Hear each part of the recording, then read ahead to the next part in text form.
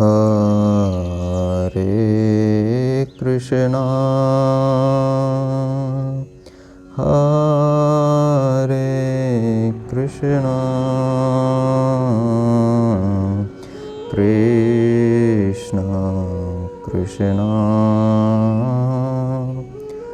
हरे हरे हरे राम हरे राम राम राम हरे हरे हरे कृष्णा हरे कृष्णा कृष्णा कृष्णा हरे हरे हरे राम हरे राम राम राम हरे हरे हरे कृष्णा हरे कृष्णा कृष्णा कृष्णा हरे हरे हरे राम हरे राम राम राम हरे हरे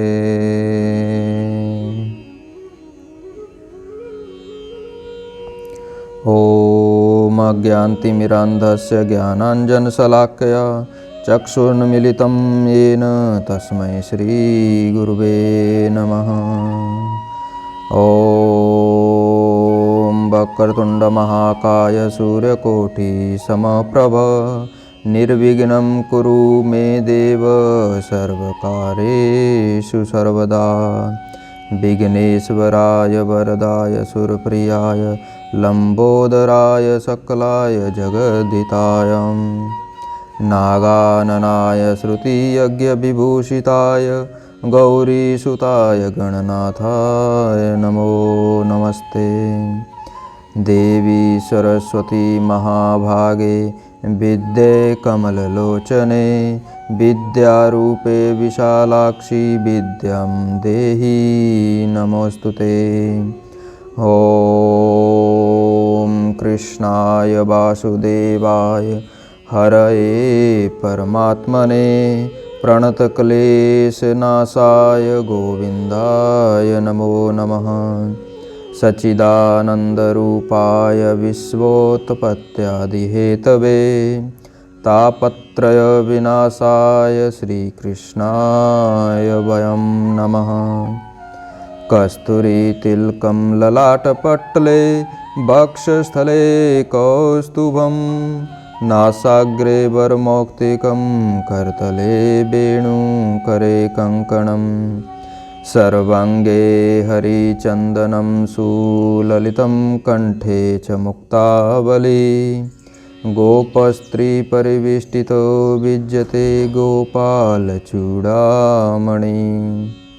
मूकं करोति वाचालं पङ्गुं लङ्घयते गिरिं यत्कृपातमः वन्दे परमानन्दमाधवम्।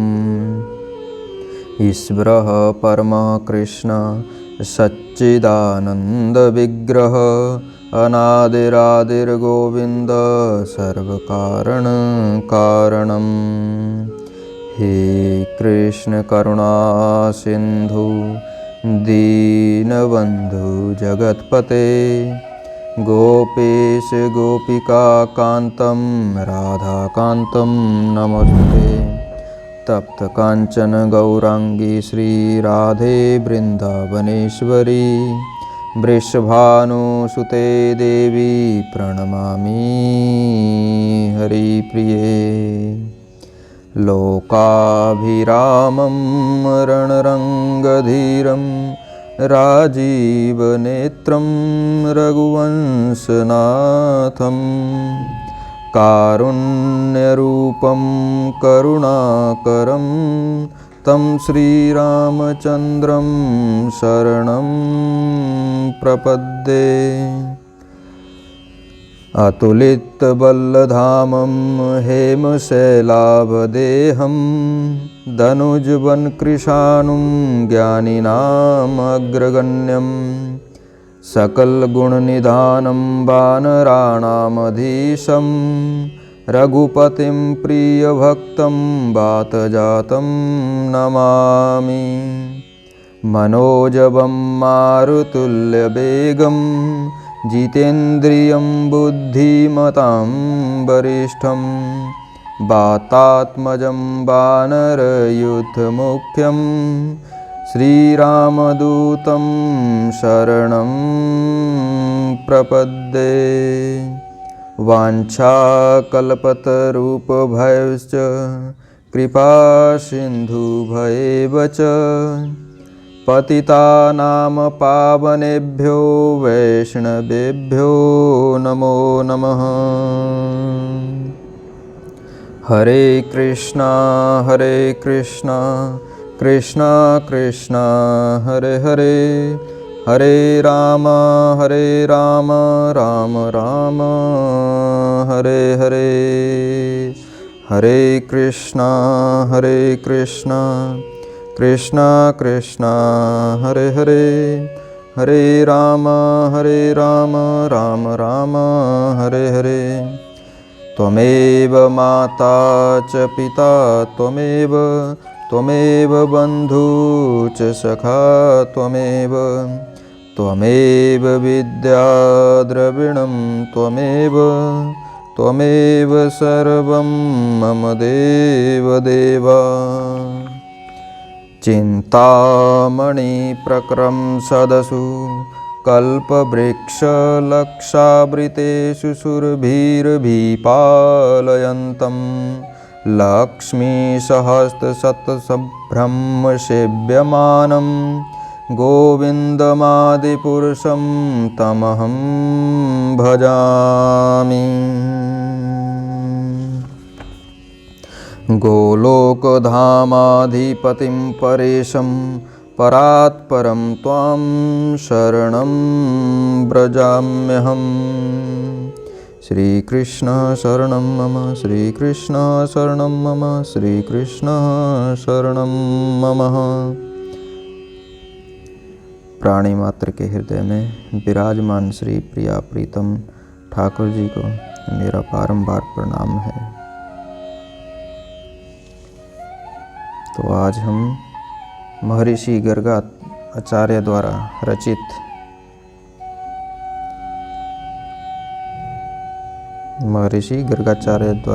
श्री गर्ग संहिता में गोलोक खंड के अंतर्गत आज हम 8वें अध्याय का वर्णन करेंगे, उसका श्रवण करेंगे, जिसका सुचंद्र कलावती के पूर्व पुण्य का वर्णन, उन दोनों का वृषभानु तथा कीर्ति के रूप में अवतरण। श्री गर्ग जी कहते हैं, सौनक राजा बहुलास्प का हृदय भक्ति भाव से परिपूर्ण था। हरि भक्ति में उनकी अविचल निष्ठा थी। उन्होंने एक प्रसंग को सुनकर ज्ञानियों में श्रेष्ठ एवं महाविलक्षण स्वभाव वाले देव ऋषि नारद जी को प्रणाम किया और पुनः पूछा। राजा बहुलास्व ने कहा, भगवन, आपने अपने आनंदप्रद नित्य वृद्धशील निर्मल यश से मेरे कुल को पृथ्वी पर अत्यंत विशद उज्ज्वल बना दिया, क्योंकि श्री कृष्ण भक्तों के क्षण भर के संग से साधारण जन भी सत्पुरुष बन जाता है। इस विषय में अधिक कहने से क्या लाभ। देव ऋषि, श्री राधा के साथ भूतल पर अवतरण हुए साक्षात परिपूर्णतम भगवान ने ब्रज में कौन कौन सी लीलाएं की, यह मुझे कृपा पूर्वक बताइए।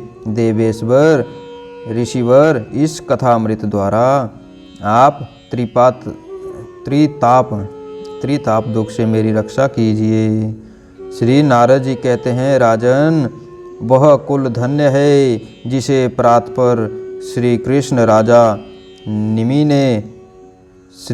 भक्त राजा निमि ने समस्त शुद्ध गुणों से परिपूर्ण बना दिया है और जिसमें तुम जैसे योग युक्त एवं भव बंधन से मुक्त पुरुष ने जन्म लिया है।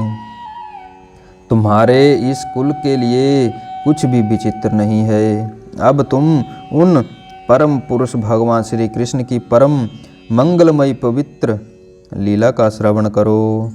वे भगवान केवल कंस का संहार करने के लिए ही नहीं, अपितु भूतल के संत जनों की रक्षा के लिए अवतरण हुए हैं। उन्होंने अपनी तेजोमयी पराशक्ति श्री राधा का वृषभानु की पत्नी कीर्ति रानी के गर्भ में प्रवेश कराया।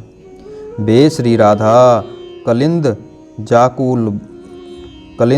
जाकुलवर्ती निकुंज प्रदेश के एक सुंदर मंदिर में अवतरण हुई। उस समय भाद्रपद का महीना था, शुक्ल पक्ष की अष्टमी तिथि एवं सोम का दिन था। मध्याह्न का समय था और आकाश में बादल छाए हुए थे। देवगण नंदन बन के भव्य प्रसून लेकर भवन पर बरसा रहे थे। उस समय श्री राधिका जी के अवतार धारण करने से नदियों का जल स्वच्छ हो गया, संपूर्ण दिशाएं प्रसन्न निर्मल हो उठी। कमलों की सुगंध से व्याप्त शीतल वायु मंद गति से प्रवाहित होने लगी।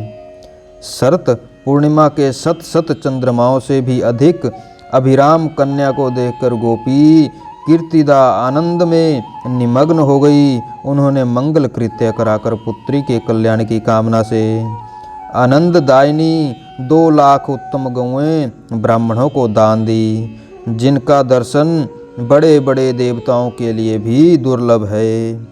तत्वज्ञ मनुष्य सैकड़ों जन्मों तक तप करने पर भी जिनकी झांकी नहीं पाते, वे ही श्री राधिका जी जब वृषभानु के यहाँ साकार रूप से प्रकट हुई और गोप ललनाएं जब उनका लालन पालन करने लगी, तब सर्वसाधारण लोग उनका दर्शन करने लगे। स्वर्ण जटित एवं सुंदर रत्नों से खचित चंदन निर्मित तथा रत्न किरण मंडित पालने में सखी जनों द्वारा नित्य झुलाई जाती हुई श्री राधा प्रतिदिन शुक्ल पक्ष के चंद्रमा की कला की भांति बढ़ने लगी। श्री राधा क्या है? रास की रंगस्थली को प्रकाशित करने वाली चंद्रिका, वृषभानु, मंदिर की दीपावली, गोलोक चूड़ामणि, श्री कृष्ण के कंठ की हरावली।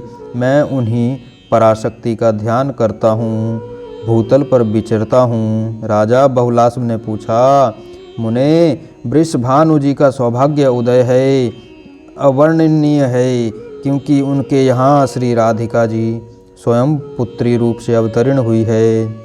कलावती और सुचंद्र ने पूर्व जन्म में कौन कौन सा पुण्य कर्म किया था, जिसके फलस्वरूप उन्हें यह सौभाग्य प्राप्त हुआ।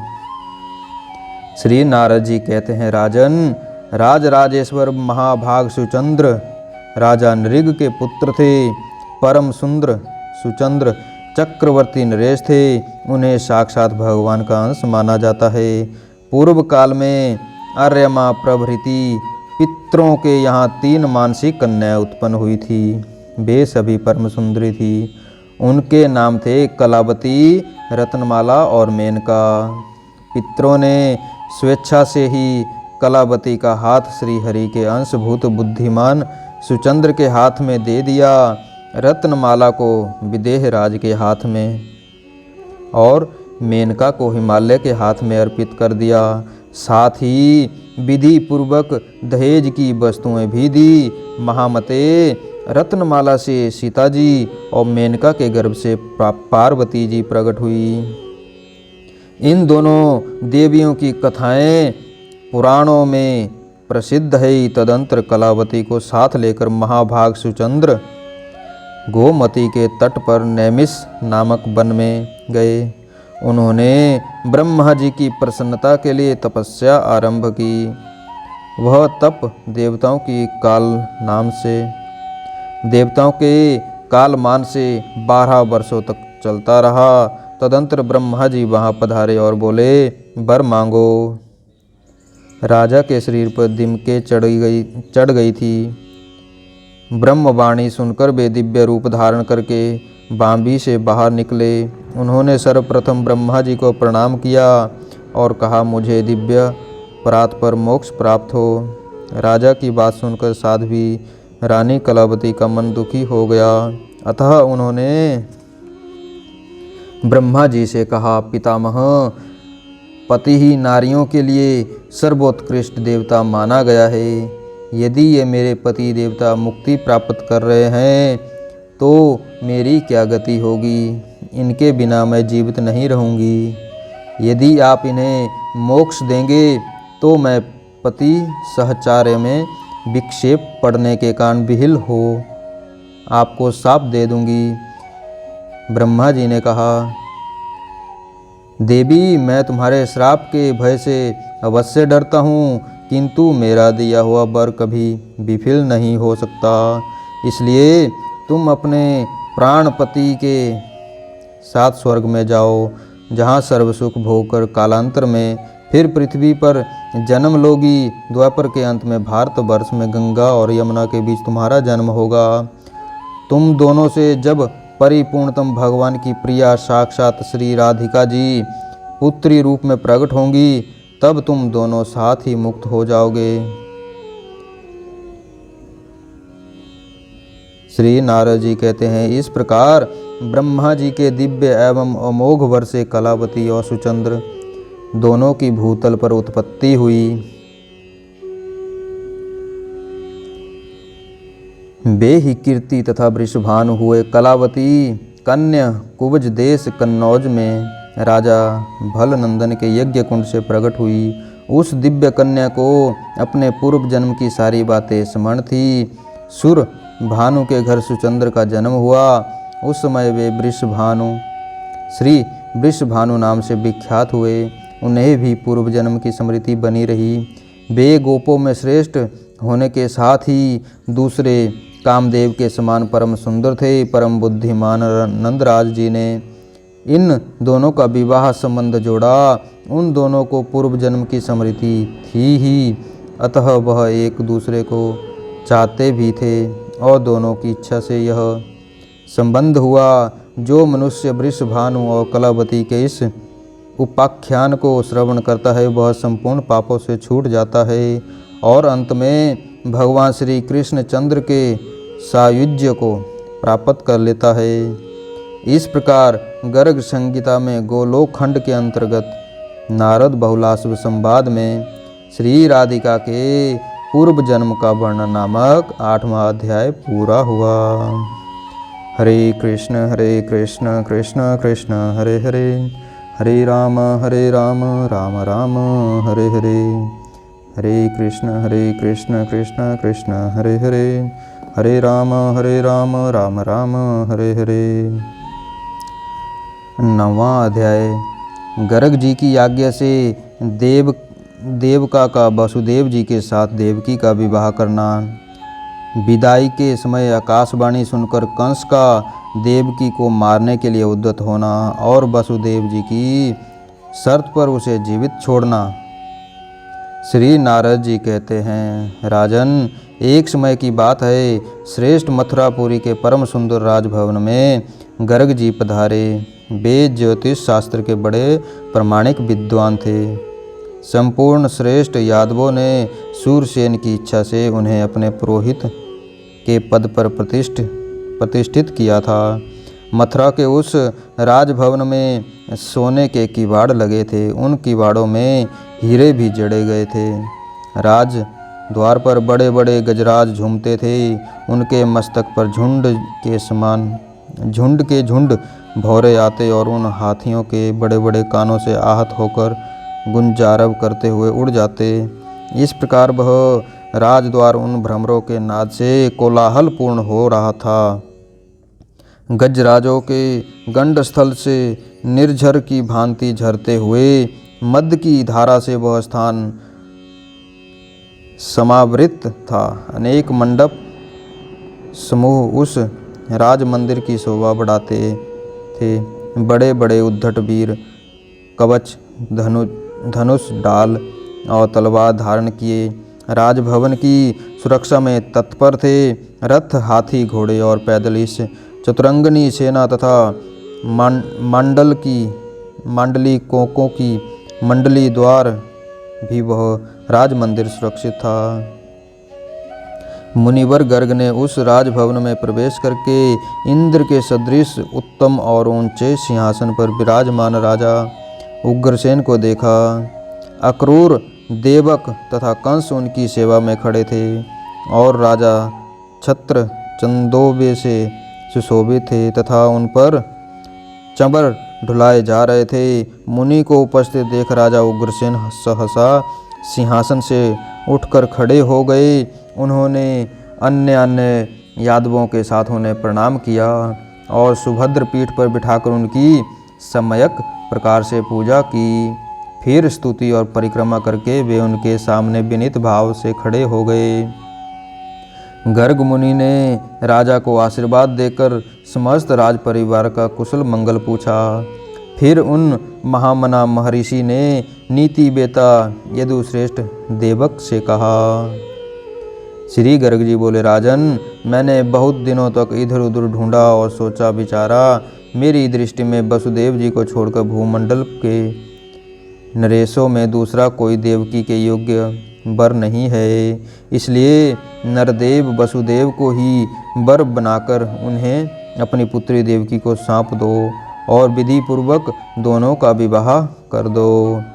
श्री नारद जी कहते हैं, मिथिलेश्वर, गर्ग जी के उक्त आदेश को ही शिरोधार्य करके समस्त धर्मधारियों में श्रेष्ठ श्री देवक ने सगाई के निश्चय के लिए पान का बीड़ा भेज दिया और गर्ग जी की इच्छा से मंगलाचार का संपादन करके विवाह में वसुदेव वर को अपनी पुत्री अर्पित कर दी।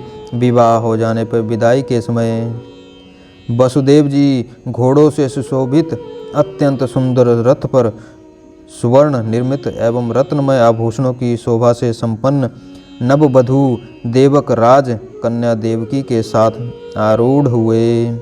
वसुदेव के प्रति कंस का बहुत ही स्नेह और कृपा भाव था। वह अपनी बहन का अत्यंत प्रिय करने के लिए चतुरांगनी सेना के साथ आकर गमनोदत्त घोड़ों की बागडोर अपने हाथ में ले स्वयं रथ हाँकने लगा। उस समय देवक ने अपनी पुत्री के लिए उत्तम दहेज के रूप में 1000 दासियाँ, 10,000 हाथी, 10 लाख घोड़े, 1 लाख रथ और 2 लाख गौएं प्रदान की। उस विदा काल में भेरी, उत्तम मृदंग, गोमुख, धुंधरी, वीणा, ढोल और वेणु आदि वाद्यों का और साथ जाने वाले यादवों का महान कोलाहल हुआ। उस समय मंगल गीत गाए जा रहे थे और मंगल पाठ भी हो रहा था। उसी समय आकाशवाणी ने कंस को सुबोधित करते हुए कहा, अरे मूर्ख कंस, घोड़ों की बागडोर अपने हाथ में लेकर जिसे रथ पर बिठाए लिए जा रहा है, इसकी 8वीं संतान अनायास ही तेरा वध कर डालेगी। तू इस बात को नहीं जानता कंस सदा दुष्टों का ही साथ करता था। स्वभाव से वह अत्यंत खल दुष्ट था। लज्जा तो उसे छू नहीं गई। वह निर्दय होने के साथ बड़े भयंकर कर्म कर डालता था। उसने तीखी धार वाली तलवार हाथ में उठा ली और बहन के केस पकड़ लिए और उसे मारने का निश्चय कर लिया। उस समय बाजे वालों ने बाजे बंद कर दिए और जो आगे थे वे चकित होकर पीछे देखने लगे। सबके मुंह पर मुर्दनी छा गई। ऐसी स्थिति में सत्पुरुषों में श्रेष्ठ श्री वसुदेव जी ने कंस से कहा। श्री वसुदेव जी बोले, भोजेंद्र, आप इस वंश की कीर्ति का विस्तार करने वाले हैं। भौमासुर, जरासंध, बकासुर, वत्सासुर और बाणासुर सभी योद्धा आपसे लड़ने के लिए युद्ध भूमि में आए, किंतु उन्होंने आपकी प्रशंसा ही की। वे ही आप तलवार से बहन का वध करने को कैसे उद्यत हो गए। बकासुर की बहन पूतना आपके पास आकर लड़ने की इच्छा करने लगी, किंतु आपने राजनीति के अनुरूप बर्ताव करने के कारण स्त्री समझकर उसके साथ युद्ध नहीं किया। उस समय शांति स्थापना के लिए आपने पूतना को बहन के तुल्य बनाकर छोड़ दिया। फिर यह तो आपकी साक्षात बहन है। किस विचार से आप इस अनुचित कृत्य में लगे हो। मथुरा नरेश, यह कन्या यहाँ विवाह के शुभ अवसर पर आई है। आपकी छोटी बहन है, बालिका है, पुत्री के समान दयनीय, दया पात्र है। यह सदा आपको सद्भावना प्रदान करती आई है। अतः इसका वध करना आपके लिए कदापि उचित नहीं है। आपकी चित्त वृत्ति तो दीन दुखियों के दुख दूर करने में ही लगी रहती है। नारद जी कहते हैं, राजन, इस प्रकार वसुदेव जी के समझाने पर भी अत्यंत खल और कुसंगी कंस ने उनकी बात नहीं मानी। तब वसुदेव जी, यह भगवान का विधान है, यह काल की ऐसी गति है, यह समझकर भगवत शरणापन्न हो पुनः कंस से बोले। श्री वसुदेव जी ने कहा, राजन, इस देवकी से तो आपको कभी भय है ही नहीं। आकाशवाणी ने जो कुछ कहा है उसके विषय में मेरा विचार सुनिए।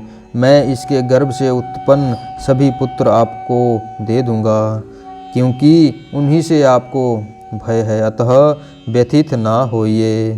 श्री नारद जी कहते हैं, मिथिलेश, कंस ने वासुदेव जी के निश्चय पूर्वक कहे गए वचन पर विश्वास कर लिया, अतः उनकी प्रशंसा करके वह उसी क्षण घर को चला गया। इधर वसुदेव जी भी भयभीत हो देवकी के साथ अपने भवन को पधारे। इस प्रकार गर्ग संहिता में गोलोक खंड के अंतर्गत नारद बहुलाश्व संवाद में वसुदेव के विवाह का वर्णन नामक 9वां अध्याय पूर्ण हुआ। हरे कृष्ण कृष्ण कृष्ण हरे हरे, हरे राम राम राम हरे हरे, हरे कृष्ण कृष्ण कृष्ण हरे हरे, हरे राम राम राम हरे हरे।